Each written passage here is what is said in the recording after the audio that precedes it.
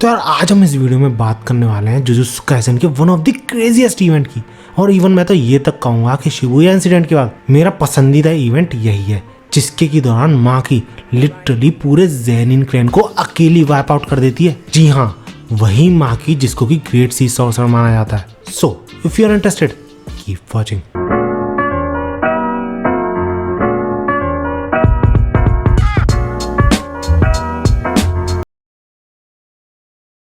तो यार कहानी की शुरुआत होती है शिबुया इंसिडेंट के ठीक बाद, जब केंजाकू सारे सॉर्सर्स को वार्न करके जाता है कि वो पूरी दुनिया का नक्शा चेंज करके छोड़ेगा और तुम सब कुछ भी नहीं कर पाओगे। अब क्योंकि केंजाकू ने गोजो को सील कर दिया था और शिबुया इंसिडेंट के दौरान जो वो चाहता था सब कुछ वैसा ही हुआ था, तो सारे सॉर्सर्स उसे सीरियस लेना शुरू कर देते हैं और इसलिए वो सब एक साथ तेंजन से मिलने जाते हैं, क्योंकि तेंजन ही एक ऐसा बंदा था जो कि ढंग से जानता था केंजाकू के बारे में।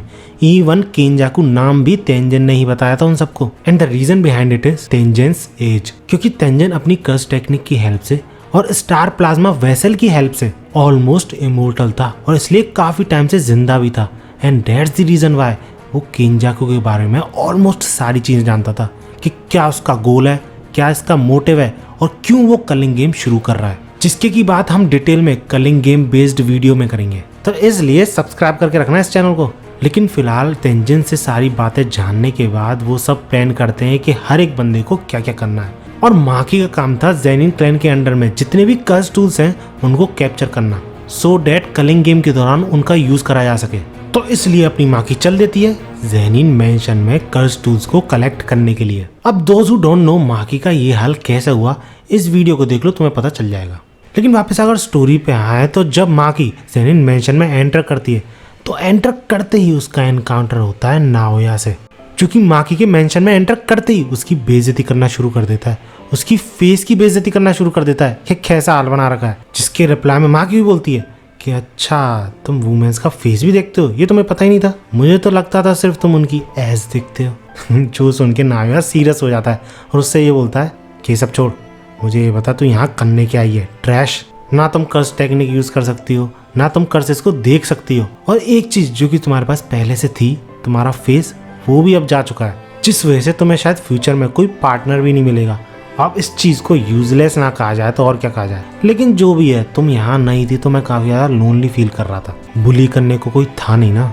और ये सारी चीजें माँ की चुपचाप सुन रही होती है और ये सिचुएशन साफ क्लियर करती है कि माँ की क्या पोजीशन थी उसी की फैमिली में, क्योंकि नाओया तो कमीना था ही, लेकिन साथ ही साथ माँ की माँ भी उसे पसंद नहीं करती थी। और माँ की को इतने टाइम बाद, इतने सालों बाद देखने पर वो सिर्फ यही चीज बोलती है कि कुछ तो ऐसा करो जिससे कि मुझे प्राउड फील हो तुम्हें जन्म देने के लिए। और क्योंकि माकी कर्स टूल्स को कलेक्ट करने जा रही होती है तो इसलिए माकी की माँ तुरंत ही उसे वहां से वापस लौटने को बोलती है। लेकिन भैया नाओया, माकी की माँ या फिर कोई भी ज़ेनिन मेंबर सिर्फ बोल ही सकता है माकी से, कुछ कर नहीं सकता, क्योंकि माँ की अथॉरिटी के साथ आई थी, ज़ेनिन क्लैन के लीडर की परमिशन के साथ आई थी, जो की था मेगुमी फुशिगोरो।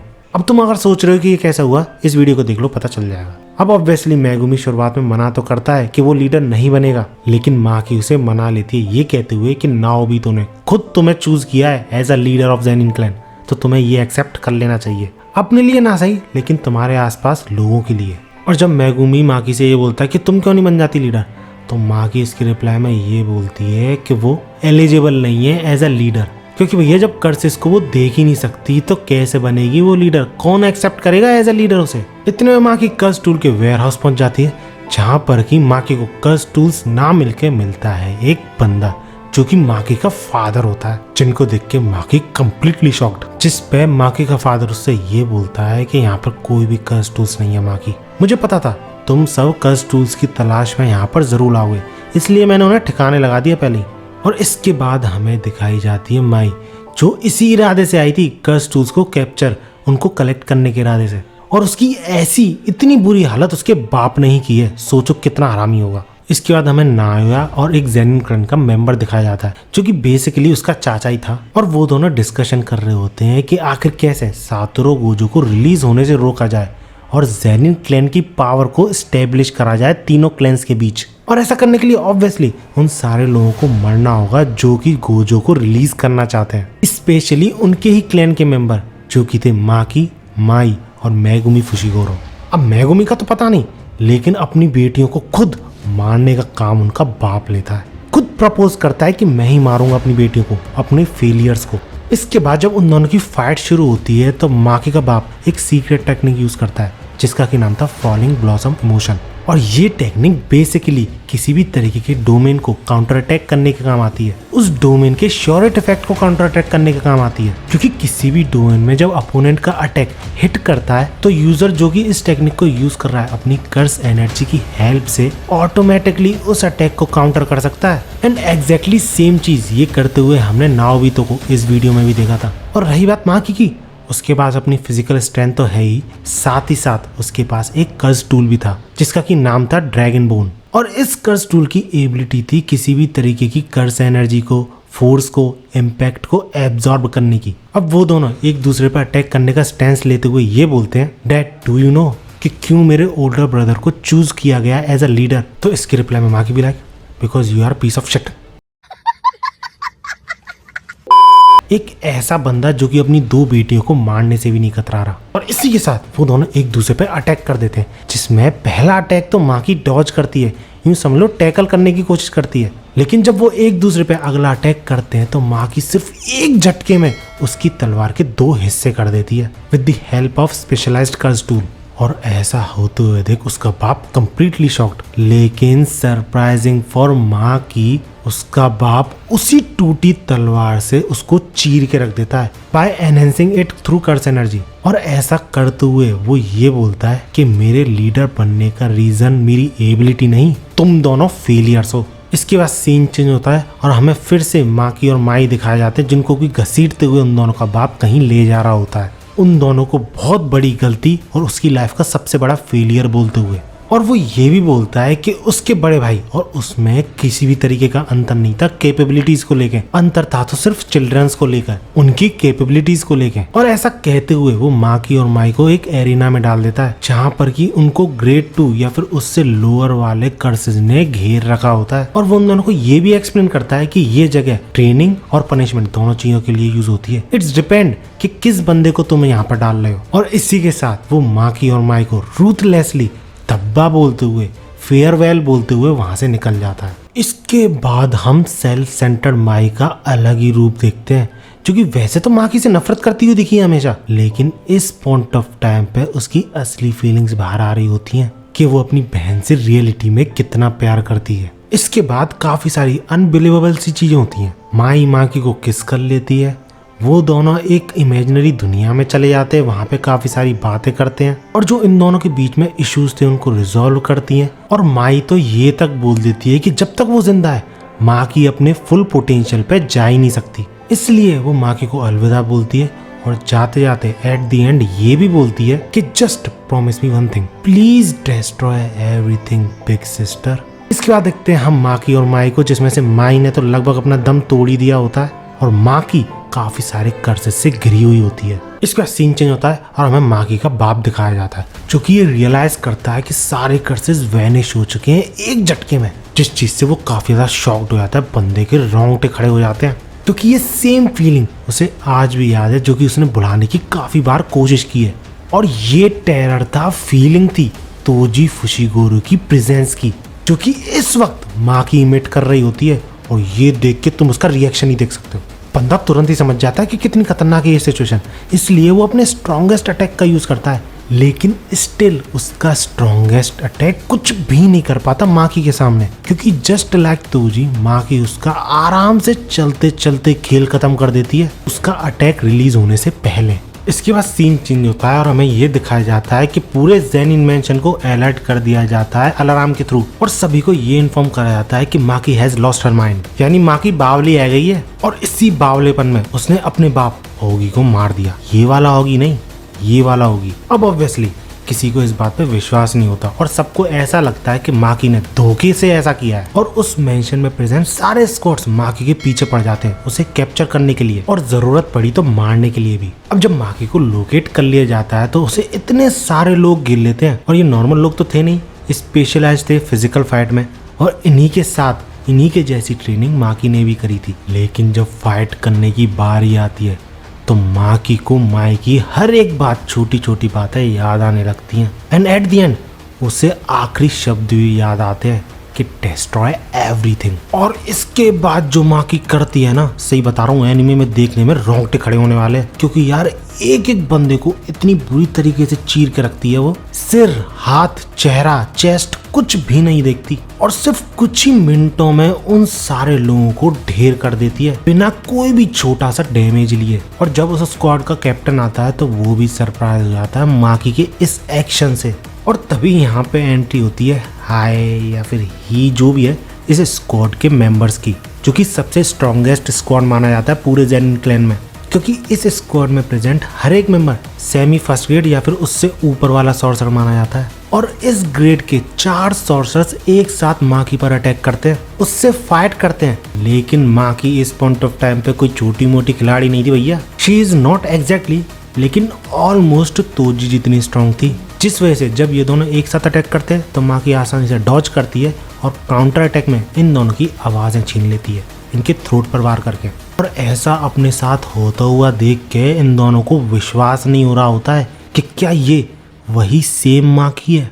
तभी ये बंदा अपनी टेक्निक के थ्रू माकी को रोकने की कोशिश करता है एक ही जगह पर। लेकिन माकी को सिर्फ रोकने में इस बंदे की हालत खराब हो रही होती है, स्ट्रगल कर रहा होता है बहुत बुरी तरह, नाक से खून दे जाता है। जिस वजह से जल्दी चौथा सॉर्सर माकी पर अटैक करके उसे डैमेज पहुंचाने की कोशिश करता है। क्योंकि इस पॉइंट ऑफ टाइम पे ये सब समझ चुके थे कि माकी कोई आम बंदी नहीं रही इस वक्त। इस पॉइंट ऑफ टाइम पे वो तोजी जैसा बिहेव कर रही है, उसकी जितनी स्ट्रांग है, और इसलिए वो माकी का जिंदा रहना अफोर्ड नहीं कर सकते। लेकिन भैया माकी ना तो इससे रुक पाती है ना ही इसके अटैक अपने ऊपर लेती है। और इस तरह माकी जेनिन क्लैन के सबसे स्ट्रॉन्गेस्ट स्क्वाड को वाइप आउट कर देती है कुछ ही मिनटों में। और तभी इसके बाद माकी का एनकाउंटर होता है नाओया से, क्योंकि इसी स्ट्रॉन्गेस्ट स्क्वाड का कैप्टन भी था या फिर बोलूं चीफ था। अब जब नाओया माकी को ये सब करते हुए देखता है तो वो उससे ये बोलता है how terrible, don't you have a heart. तो इसके रिप्लाई में माकी ये बोलती है no, he took it away. And those who don't know, Maki is referencing to his sister, जिसको कि उसके बाप ने छीन लिया। इसके बाद हमें नाओया के चाइल्डहुड की कुछ ग्लिम्स दिखाई जाती हैं, जिस दौरान वो हमें ये एक्सप्लेन करता है कि बचपन से ही उससे हमेशा यही बोला गया है कि वो एक जीनियस है और वही है जो कि अगला जेनिन क्लैन का हेड बनेगा, just like his father. But उसे कानो कान ये भी खबर हो जाती है कि जेनिन क्लैन में ही एक ऐसा बंदा भी है जिसके की पास 0% कर्स एनर्जी है। अब वैसे तो नाओया ने कभी उसे देखा नहीं था, लेकिन वो यही सोचता था यार कि ऐसे बंदे के पास जिसपे जीने की कोई वजह नहीं है, खासकर जेनिन क्लैन में जहाँ पर कि कर्स एनर्जी, कर्स टेक्निक्स को ही सब कुछ माना जाता है, वो किस तरीके का पर्सन होगा, कैसी मिजरेबल लाइफ होगी उसकी, दिखने में कैसा होगा और फाइनली कैसा फील करता होगा जब उसके पास 0% कर्स एनर्जी है। लेकिन भाई साहब जब नाओया तोजी से मिलता है तो उसकी एक्सपेक्टेशन, उसकी इमेजिनेशन धरी की धरी रह जाती है, क्योंकि उसने कभी भी नहीं सोचा था कि 0% कर्स एनर्जी वाला बंदा इस तरीके का दिखता होगा, ऐसा बिहेव करता होगा, उसकी आंखें बिना कोई डर या खौफ के होंगी। और इस दिन के बाद से नाओया मान गया था, कोई माने या ना माने, वो मान गया था कि तोजी स्ट्रांग है। और वो ये भी मानता था कि तोजी जैसा और कोई हो ही नहीं सकता, भले ही माकी उसके जैसी हो, लेकिन तोजी फुशिगोरो एक था और एक ही रहेगा। इसके बाद हमें माकी और नाओया की फाइट दिखाई जाती है, जिसके की दौरान नाओया अटैक पे अटैक किए जा रहा होता है काफी ज्यादा स्पीड से, लेकिन माकी वो सिर्फ डॉज कर रही होती है और काउंटिंग कर रही होती है, पता नहीं क्यों। बट इसी दौरान नाओया को मौका मिलता है, वो माकी को पकड़ता है, उसे फ्रेम में कन्वर्ट करके एक बहुत तगड़ी किक के साथ अटैक करता है उस पर, और माकी को बिना कोई मौका दिए फिर से एक और किक के साथ उसे जमीन में पेल देता है, ये कहते हुए that you are not Toji Fushiguro. लेकिन माकी अभी भी काउंटिंग को कंटिन्यू करे रखे हुए है, पता नहीं क्या ही करना चाह रही है। और इसी के साथ कंटिन्यू करते हुए नाओया अपनी थिंकिंग भी एक्सप्लेन करता है कि जो स्मॉल फ्राई होते हैं ना, वो कभी भी ट्रू स्ट्रेंथ को समझ ही नहीं सकते, और इसी वजह से शायद कोई भी तोजी को समझ ही नहीं पाता है एक्सेप्ट सातोरू गोजो। और वो अभी भी माकी को पकड़ पकड़ के फेंकते हुए इधर उधर ये बोल रहा होता है that you are not him. और जो स्ट्रॉन्गेस्ट के टाइटल के साथ आखिर में खड़ा रहेगा वो ये खुद है। मतलब समझ रहे हो, घमंडी सेल्फ सेंटर्ड नाओया तोजी और गोजो का फैन बॉय है। अब इससे बड़ी अकम्प्लिशमेंट इन दोनों के लिए और क्या हो सकती है। इसके बाद जब हम माकी को देखते हैं तो वो काफ़ी बड़ी मुसीबत में होती है।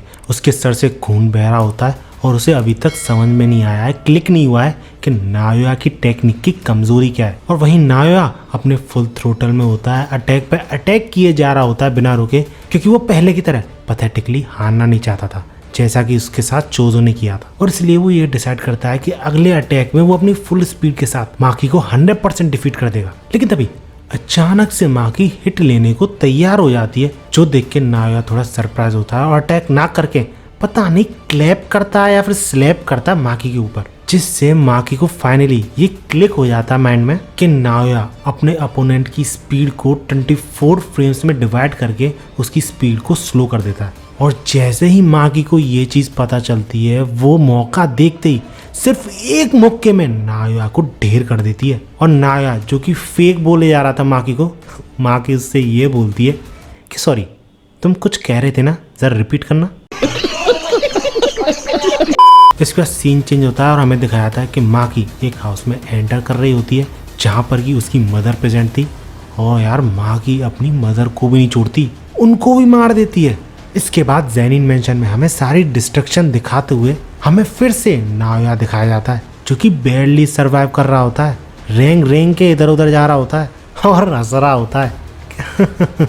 मुझे प्रॉपरली वो मान नहीं पाई बिच। लेकिन तभी पीछे से माकी की माँ आती है और उसे स्टैब कर देती है। और नायोया इस पॉइंट ऑफ टाइम पे इतना ज़्यादा कमज़ोर था कि वो ऐसा होने से भी नहीं रोक पाता। और इसके बाद हमें ये दिखाया जाता है माकी की माँ जो जिंदा रहते माकी से बोल रही थी, उसका ठीक अपोजिट वो मरने के दौरान बोलती है डेट शी इज़ ग्लैड कि उसने उन दोनों बेटियों को जन्म दिया।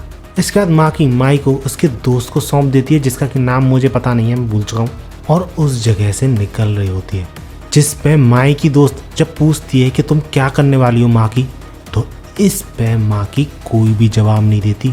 और इसके बाद ये नोटिस आता है कि 6 ही स्क्वाड्स यानी स्ट्रॉन्गेस्ट स्क्वाड्स ज़ेनिन क्लैन के और 22 नॉर्मल स्क्वाड्स ज़ेनिन क्लैन के खत्म कर दिए गए सिर्फ एक रात में। और जहाँ पर ऐसा हुआ था, कर्स एनर्जी का 3 का बराबर अमाउंट भी बरामद नहीं हो पाया। सिर्फ पता लगा तो ये है कि जो लोग मारे गए उनको कर्स टूल से मारा गया है। जिसके बाद गोजो क्लैन और कामो क्लैन ये प्रपोज करते हैं कि ज़ेनिन क्लैन को 3 बिग फैमिलीज के ग्रुप से हटा दिया जाए। अब ऐसा हुआ है कि नहीं ये तो अभी क्लियर नहीं है, लेकिन हाँ ऐसा प्रपोज जरूर किया गया है। और इस तरह सिर्फ एक बंदी इतनी बड़ी फैमिली, इतने बड़े क्लैन को वाइप आउट कर देती है, जिसको कि कुछ टाइम पहले तक ग्रेड 3 सॉर्सर माना जाता था।